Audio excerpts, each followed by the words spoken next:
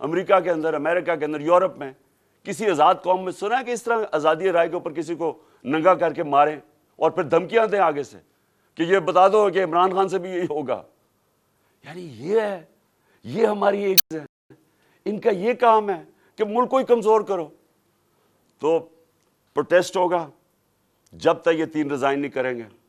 جیسے میں ٹھیک ہوں گا میں سڑک پہ پھر آ رہا ہوں اور میں اسلام آباد کال دوں گا, آپ تیار رہیں.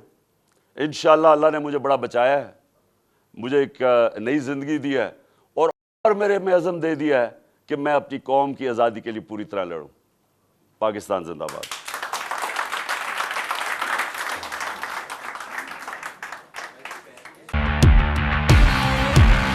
بول کو میں داد دینا چاہتا ہوں, زبردست کوریج کر رہے ہیں. عمران خان کا کنٹینر جس شہر میں داخل ہونا لگتا ہے اس سے پہلے بول کی ٹرانسمیشن آف کر دی جاتی ہے. بول کو بند کر دیا ہے. بول کو بند کرنے سے وہ اور پاپولر ہو گئے. ان کو سچ سننے کی عادت نہیں ہے. بول کا ہر جگہ پہ بول کا ہی بول بالا ہے. انشاءاللہ اگر بول کو ہماری ضرورت پڑی تو ہم بول کے لیے حاضر ہوں گے. بول کو ویلکم کہتا ہوں اور بول کو چمتا ہوں. بکلا آپ کے اس کردار کو سلام پیش کرتے ہیں. سب سے زیادہ ریلز اور سب سے زیادہ ریٹنگز کے ساتھ بول رہا نمبر 1.